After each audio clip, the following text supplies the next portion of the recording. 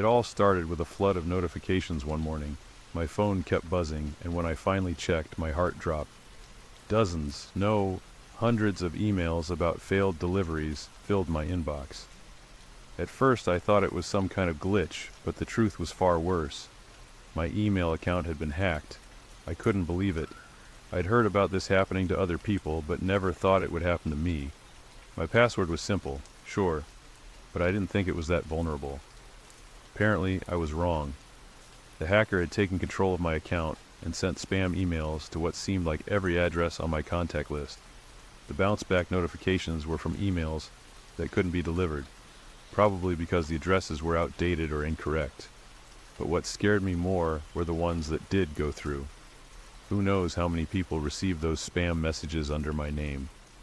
The first thing I did was try to log in and change my password, but it was too late.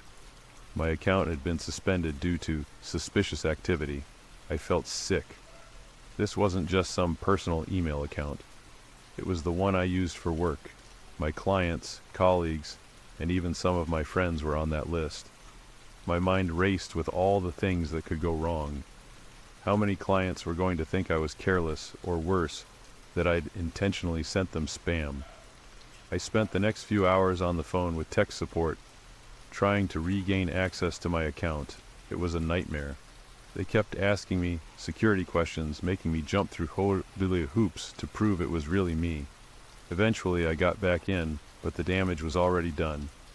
After securing my account with a stronger password and setting up two-factor authentication, I had to face the reality of what had happened.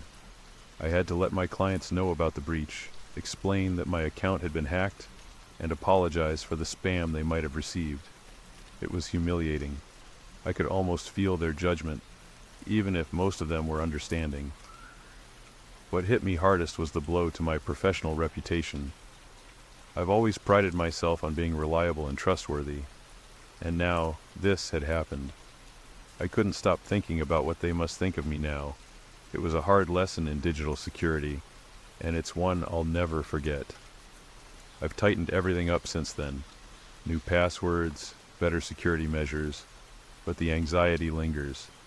I'm more paranoid about online security than ever. I used to think these things only happened to other people, but now I know better. If you're listening to this, learn from my mistake. Don't take your digital security for granted. It only takes one weak password for someone to turn your life upside down. Trust me, you don't want to go through what I did. I used to love what I did. I started my podcast In the Shadows as a way to connect with people, share stories, and maybe even help a few folks along the way. It was a passion project, something that brought me joy and a sense of purpose. But that was before everything changed. My name's Lily Thompson. I'm 28, and I've been running my podcast for about 3 years now. It started small, just me in my living room with a cheap mic and a laptop. I'd always had a fascination with true crime, urban legends, and the strange little quirks of human nature. So I thought, why not share that with the world? To my surprise, it took off. People started listening, commenting, emailing. I couldn't believe it. I was thrilled. But it wasn't just the numbers that made me happy. It was the connection. My listeners would write in, sharing their own stories, asking questions, or just chatting about the episodes. It felt like a community, and I was at the center of it, guiding the conversation. That's why, when I got the first email from David, I didn't think much of it. He was just another fan, like so many others. David was polite at first. He'd comment on the latest episode, maybe ask a question or two. His emails were longer than most, but I didn't mind. I tried to respond to as many listeners as I could. I thought it was important to show that I cared, that I was listening to them too. So I replied to David. I even thanked him for his support. That was my first mistake. Over the next few weeks, his emails became more frequent. He'd send them almost daily, sometimes multiple times a day. At first, it was just about the podcast, his thoughts on different cases, suggestions for future episodes. But soon, his messages started to get strange. He'd mention things about my life that I hadn't shared on the podcast. like the fact that I'd been feeling a bit under the weather or that I'd taken a short break to visit my parents. I started to get uncomfortable. I wondered if I'd mentioned something in passing during an episode and just didn't remember. Or maybe he'd pieced it together from my social media posts. It was unnerving, but I tried to brush it off. I didn't want to overreact. Then one day, he sent me a link. It was to a blog, his blog. I clicked on it, and my heart sank. The blog was dedicated entirely to me. Every post was about me, what he thought of my latest episode, his theories about my life, and even long rambling entries about how he felt we were connected on some deep spiritual level. He'd posted pictures of me that I didn't even know existed, candid shots from public appearances, a few from my Instagram, and others that I had no idea how he got. There was one photo that made my blood run cold. It was of my apartment building, taken from across the street, as if he'd been watching me. I stopped responding to his emails after that. I figured if I didn't engage, he'd get bored and move on, but he didn't. Instead, his messages became more desperate, more insistent. He'd accuse me of ignoring him, of betraying the trust we'd built. He started sending photos of a room covered in pictures of me, like some kind of shrine. There were candles, notes, even a lock of hair that looked eerily familiar. The worst part was the threats. They started out subtle, almost hidden between the lines. He'd say things like, "I can't imagine what I'd do if I ever lost you," or, "We're meant to be together, no matter what." But soon they became more direct. He'd talk about how he'd be watching me, how I couldn't escape him. The emails were relentless, each one more disturbing than the last. I was terrified. I went to the police, but they told me there wasn't much they could do. Without a clear identity or location for David, and with no actual crime committed yet, they were powerless. I felt helpless, trapped in my own life. I tried to continue as normal, to keep the podcast going, but it was hard. I couldn't shake the feeling that I was being watched, that at any moment, David could be lurking nearby.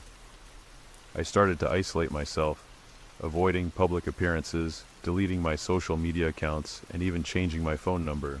But nothing worked. The emails kept coming, and the fear never went away. Eventually, I hired a private security firm. It was expensive, but I didn't care. I needed to feel safe, to have some control over my life again. They set up surveillance around my apartment, escorted me to events, and helped me stay off the grid as much as possible. It helped, but the fear was always there, lurking in the back of my mind. And then one day, the emails stopped.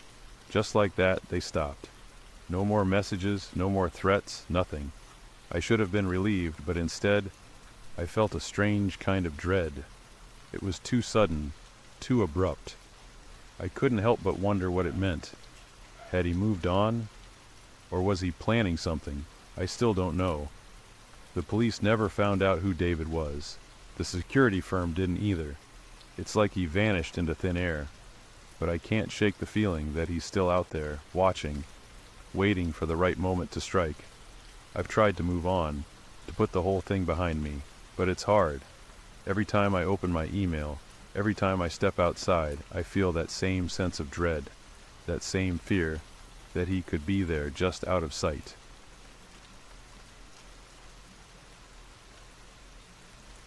It was just another ordinary morning until that email landed in my inbox. My name's Ernest Floyd, and what happened next turned my life upside down. The message was brief, but it hit me like a punch. Pay $5,000 in Bitcoin, or they'd expose everything. My personal information, secrets I didn't even know I had. I thought it was a joke, a scam.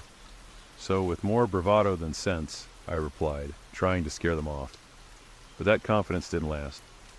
The next email was waiting for me, and it contained something I wasn't prepared for. My home address. They knew where I lived. The fear hit me like a ton of bricks. Suddenly, this wasn't just some faceless threat from the internet. It was real, and it was close. I tried to keep my cool, exchanging tense emails with the blackmailer, but deep down I was terrified. Then, things took a turn for the worse. One evening I got home and found a package on my doorstep. Inside was a photo of my family, taken that very day. They were watching us, right now, right here. My heart sank. This wasn't just a threat anymore, it was a warning. They were showing me how easily they could get to the people I loved. I called the police immediately. They arrived quickly, securing my house and launching an investigation. But even with their help, the emails kept coming. Whoever was behind this was careful, using layers of digital protection to stay hidden. The police couldn't trace them, and I was left with this lingering, gnawing fear that someone out there was still watching us. It's hard to explain what that kind of fear does to you. I used to feel safe in my own home, but that sense of security is gone now. The police are on alert, and my family's been supportive, but it's like there is this shadow that I can't shake. I've become more cautious, more paranoid, always looking over my shoulder. This experience changed me.